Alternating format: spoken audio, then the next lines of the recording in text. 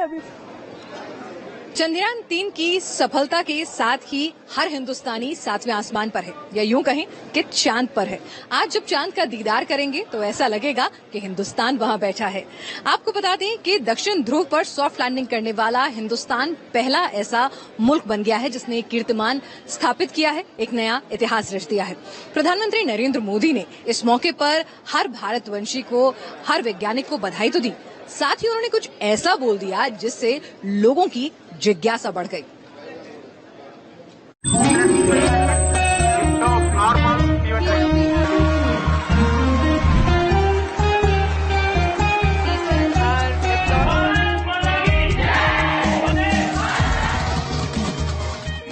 India is now on the moon. Hindustan अब चांद पर है। हिंदुस्तान चांद के उस छोर पर है जहां आज तक कोई नहीं पहुंच पाया। और चांद पर कदम रखते ही प्रधानमंत्री मोदी ने देश को एक संदेश दिया। कभी कहा जाता था चंदा मामा बहुत दूर के हैं, चंदा मामा बहुत दूर के हैं। अब एक दिन वो भी आएगा जब बच्चे कहा करेंगे चंदा मामा बस एक टूर के हैं। इशारा साफ है, चांद पर अभी लैंडर और रोवर पहुंचा है, अब आगे इंसान की बारी है। प्रधानमंत्री मोदी ने टूर शब्द का इस्तेमाल कर कई संभावनाएं खोल दी है। ऐसे में सवाल उठ रहा है कि क्या अब चांद पर इंसानों का आना जाना आम बात हो जाएगी? क्या अगला चंद्रयान मिशन यही होगा? लेकिन इसी के साथ साथ कुछ और सवाल भी उठ रहे हैं। चांद पर सांस कैसे लेगा इंसान? चांद पर क्या उगाएंगे, क्या खाएंगे हम? चांद की सतह पर क्या होता है तापमान? चांद पर कितने घंटे का होगा दिन, कितनी बड़ी होगी रात? चांद पर कैसे बनाएंगे घर और मकान? चांद पर अगर जिंदगी होगी तो कैसी होगी? ये सवाल दशकों से पूछा जा रहा है कि क्या चांद पर इंसानी बस्ती बस पाएगी? लेकिन जब चांद पर इंसान पहुंच ही गया तो क्या ये माना जा सकता है कि अगला कदम है चांद पर इंसानी बस्ती बसाना? और इसके लिए सबसे जरूरी पानी है। चांद पर पानी है। वैज्ञानिकों का कहना है कि उन्होंने चंद्रमा पर अरबों टन पानी की खोज कर ली है, जो सतह पर बिखरे कांच के छोटे छोटे मोतियों में कैद है। और अगर ये शोध सच है तो ये चंद्रमा की सतह पर भविष्य की इंसानी गतिविधियों के लिए बहुमूल्य संसाधन का एक संभावित भंडार साबित हो सकता है। 2020 में चीन के रोबोटिक चेंज 5 मिशन के दौरान धरती पर लाई गई चंद्रमा की मिट्टी की जांच में कांच के छोटे छोटे टुकड़े मिले थे। कांच के इन गोलों के भीतर पानी के अणु मौजूद हैं। अब सवाल ये उठता है कि क्या पानी के कण चांद पर इंसानी बस्ती को बसाने में सहायक साबित होंगे? चंद्रयान 1 मिशन ने कंफर्म किया कि वाटर मॉलिक्यूल्स प्रेजेंट हैं मून सरफेस पे, but they are locked in the minerals present on moon surface. तो हम ये वाटर को यूज करके, उनको एक्सट्रैक्ट करके, we can convert it into liquid form, जो कि पीने के लिए यूज हो सकता है। चांद पर पानी की खोज तो जारी है, पानी के अवशेषों पर शोध भी जारी है, लेकिन दूसरा बड़ा सवाल है कि क्या चांद पर सांस लेने के लिए ऑक्सीजन है? तो इसका जवाब नासा के जॉनसन स्पेस सेंटर में वैज्ञानिकों की खोज से मिल सकता है। स्पेस सेंटर में चांद जैसा चैम्बर बनाया गया। डर्टी थर्मल वैक्यूम चैम्बर में पूरी तरह से चांद का वातावरण तैयार किया गया। इस रिएक्शन के जरिए वैज्ञानिकों ने दावा किया है कि वो चांद की मिट्टी से ऑक्सीजन निकाल सकते हैं। हालांकि ये एक्सपेरिमेंट धरती पर किए गए और चांद पर यह कितना सफल हो पाएगा, ये अभी तक एक सवाल ही बना हुआ है। लेकिन अगर ये सफल भी हो जाता है तो तीसरा सवाल है कि चांद पर तापमान कैसा है? इंसान कितने तापमान में जिंदा रह सकता है? इसका अंदाजा धरती के सबसे न्यूनतम और सबसे अधिकतम तापमान से लगाते हैं। अभी तक धरती पर न्यूनतम तापमान रिकॉर्ड किया गया है -89.2 डिग्री सेल्सियस और अधिकतम तापमान 56.7 डिग्री सेल्सियस। अगर चांद की बात करें तो यहाँ न्यूनतम है -173 डिग्री सेल्सियस, तो वहीं अधिकतम है 127 डिग्री सेल्सियस। ऐसे में सवाल उठता है कि आखिर इस तापमान में इंसान कैसे सरवाइव करेगा। चांद पर बसने का सपना इंसान सालों से देख रहा है, लेकिन इस सपने को पंख लगाए ट्विटर और स्पेसएक्स के मालिक एलन मस्क ने। एलन मस्क मनुष्य जाति को मल्टी प्लैनेट स्पीशीज के फॉर्म में देखना चाहते हैं।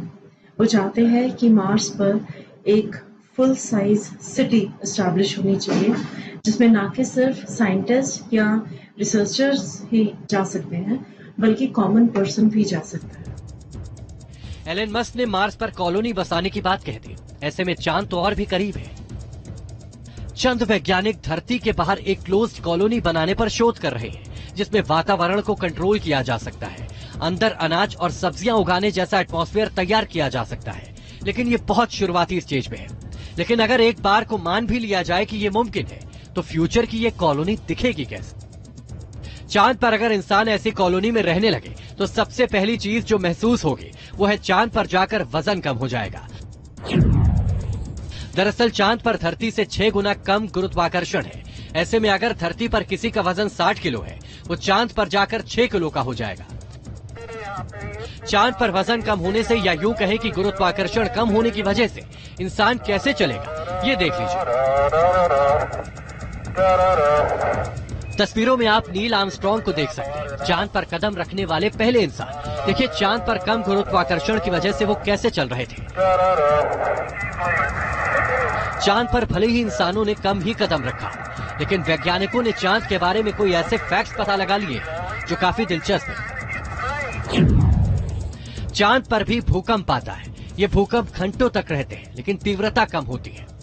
चांद का अपना अलग टाइम जोन है। एक दिन 30 भाग में बांटा जाता है। हर एक भाग को घंटा, मिनट और सेकंड में बांटा जाता है।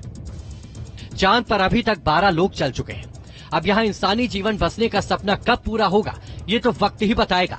लेकिन इतना तय है कि चंद्रयान का चांद तक पहुंचना इस सपने को आगे बढ़ाने में एक अहम कदम साबित होने वाला है। Team News nation. Mission Chandrayaan 3 की सफलता आसानी से नहीं आई है। ये सपना बहुत पहले देखा गया था। चंद्रयान 1 से लेकर चंद्रयान 2 की विफलता और उसके बाद से फिर नए सिरे से जुट जाना और उसके बाद आखिरकार इस मिशन को कामयाब बनाना। तो कैसा रहा चंद्रयान 1 से लेकर चंद्रयान 3 का ये पूरा सफर? कौन सी मुश्किलें आई, किस तरह से उन्हें पार किया गया और आखिरकार हिंदुस्तान ने चांद पर तिरंगा लहरा ही दिया। जी हाँ, आप अपनी स्क्रीन पे देख सकते हैं कि हम lander module. People are applauding. Let us all wait to hear from the Secretary Department of Space and Chairman ISRO, Shri S. Somnath. India is now on the moon.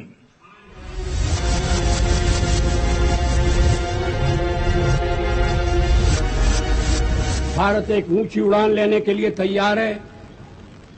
मुझे ये बताने में बड़ी खुशी हो रही है कि सन 1908 से पहले भारत चंद्रमा पर अपना अंतरिक्ष यान भेजेगा। इसका नाम होगा चंद्रयान प्रथम। 20 साल पहले अटल बिहारी वाजपेयी ने 15 अगस्त 2003 को लाल किले की प्राचीर से देश को एक वादा किया था और 2 दशक के बाद चंद्रयान ने अपना लक्ष्य आखिरकार हासिल कर लिया।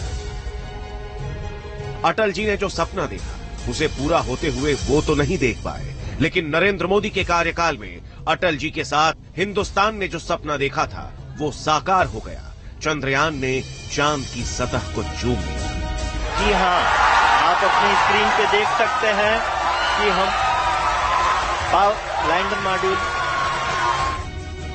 साल 2003 से 2020 तक अटल बिहारी वाजपेयी से नरेंद्र मोदी तक चंद्रयान 1 से लेकर चंद्रयान 3 तक का सफर काफी लंबा रहा है।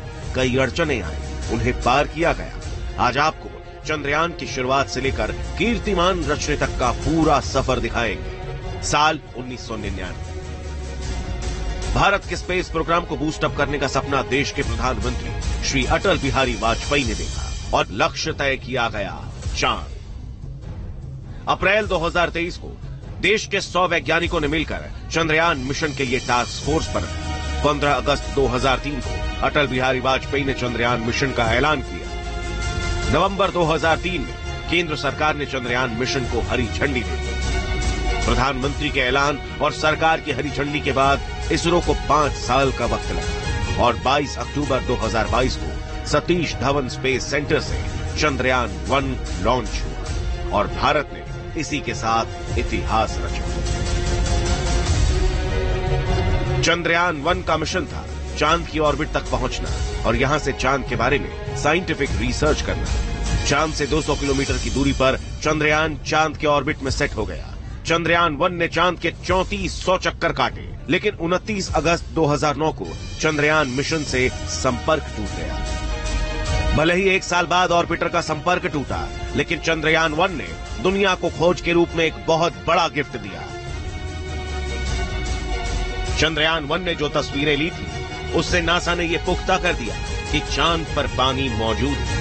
America was the first to land on the surface of moon in the year 1969 when Neil Armstrong landed there, had a stroll around. But it was our Chandrayaan later on which went there and picked up the pictures of water and awakened the world to the possibility of a human habitat being possible there.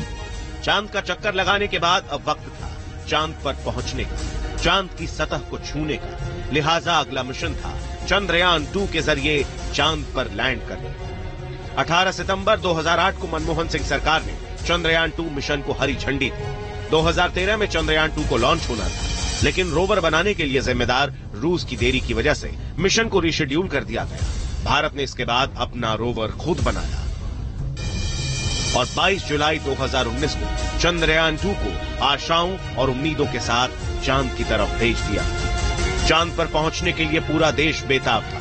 प्रधानमंत्री नरेंद्र मोदी खुद इसरो के वैज्ञानिकों के साथ schedule landing वाले दिन इसरो के space centre में मौजूद थे, लेकिन नियति को कुछ और ही मंजूर था। 6 सितंबर 2019 को चंद्रयान के लैंडर से संपर्क टूट गया और खबर आई कि लैंडर क्रैश हो गया है। उस दिन पूरा देश रोया था, लेकिन यह मिशन भी फेल नहीं हुआ था। चंद्रयान 2 का ऑर्बिटर आज भी चांद के चक्कर काट रहा है और अगले 5 साल तक ये साइंटिफिक डेटा धरती पर भेजता रहेगा। चंद्रयान 2 चांद पर लैंड नहीं हो पाया, लेकिन देश के वैज्ञानिकों का हौसला भी नहीं टूटा, क्योंकि उनके पीछे प्रधानमंत्री नरेंद्र मोदी खड़े थे। इस पड़ाव से भी हम बहुत कुछ सीख रहे हैं। आगे भी हमारी यात्रा जारी रहेगी और मैं पूरी तरह आपके साथ हूं। हिम्मत के साथ चलें।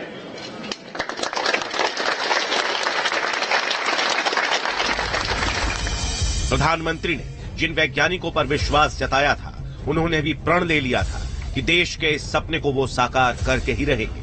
फिर से वो दिन आए जब चांद पर पहुंचने का काउंटडाउन शुरू हो गया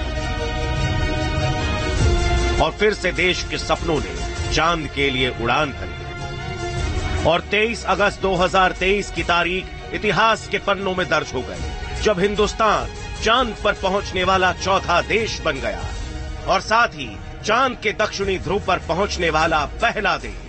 हमारे वैज्ञानिकों के परिश्रम और प्रतिभा से भारत चंद्रमा के उस दक्षिणी ध्रुव पर पहुंचा है जहां आज तक दुनिया का कोई भी देश नहीं पहुंच सका।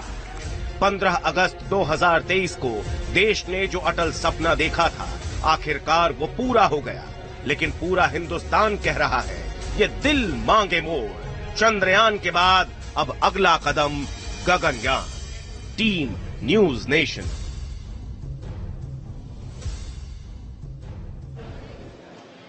चांद पर सफल लैंडिंग हो चुकी है। दक्षिणी ध्रुव पर